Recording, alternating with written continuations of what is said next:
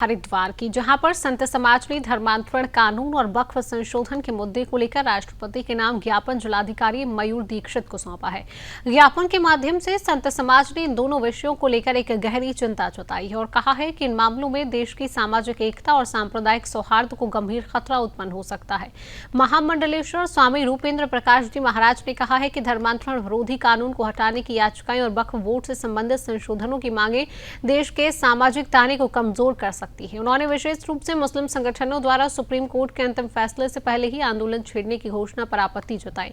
स्वामी रूपेंद्र प्रकाश ने आगाह किया कि ऐसे आंदोलनों से देश भर में तनाव और अशांति फैल सकती है, जैसा कि कुछ हालिया धार्मिक आयोजनों में देखने को मिला है। उन्होंने कहा कि बराफ वफात जैसे आयोजनों के दौरान जो घटनाएं सामने आई हैं वो दर्शाती हैं कि अगर समय रहते कदम ना उठाए गए तो स्थिति और बिगड़ सकती है। संतों ने राष्ट्रपति से अनुरोध किया कि धर्मांतरण और वक्फ से जुड़े कानूनों की संवेदनशीलता को ध्यान में रखते हुए ठोस निर्णय लिया जाए। हरिद्वार के जिलाधिकारी मयूर दीक्षित ने बताया कि संत समाज द्वारा दिया गया ज्ञापन राष्ट्रपति तक पहुंचाया जाएगा।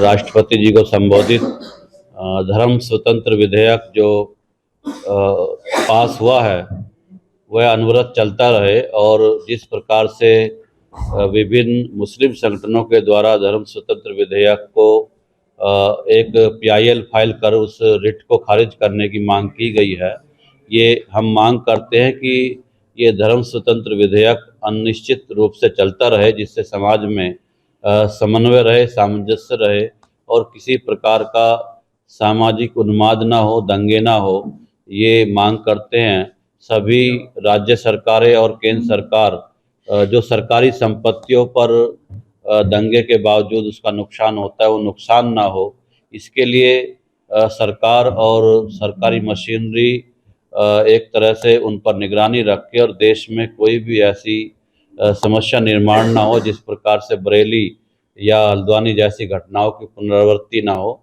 इसी संदर्भ में ज्ञापन दिया गया। देखिए, आज हमारे हरिद्वार के साधु संत समाज उनके द्वारा एक ज्ञापन दिया गया है, जिसमें उनके द्वारा जो धर्मांतरण कानून और वक्फ संशोधन कानून इसके क्रम में जो भी अभी विधिक कार्रवाई चल रही है उसके क्रम में इन्होंने अपना पक्ष रखा है और ये जैसा उन्होंने बताया कि ये ऐसा ज्ञापन अन्य जनपदों में, अन्य राज्यों में भी दिया जा रहा है।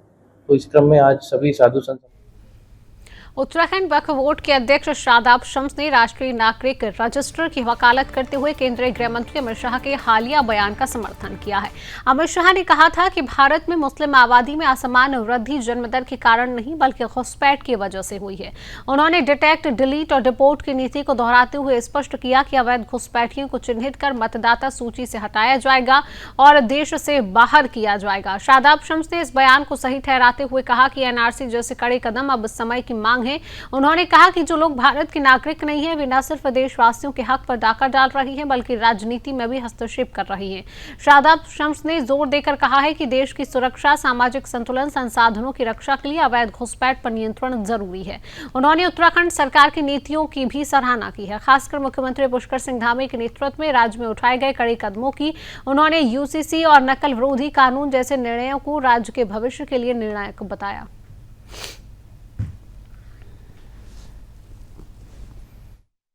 देश के गृह मंत्री माननीय अमित शाह जी ने डेमोग्राफिक चेंज को लेकर चिंता व्यक्त की है और लगातार इस बात को देखा जा रहा है कि जो देश से लगती हुई अंतर्राष्ट्रीय सीमाएं हैं उनसे लोग देश के अंदर आ रहे हैं और देश के अंदर आ रहे हैं तो आ रहे हैं, तारों के नीचे से आ रहे हैं, कुछ तारों के ऊपर से आ रहे हैं, कुछ तुष्टीकरण की राजनीति के चलते आए हैं, लेकिन आए हैं लेकिन वो आने के साथ साथ अब देश की सरकारें भी वो तय करें, मुझे लगता है ये चिंता का विषय है।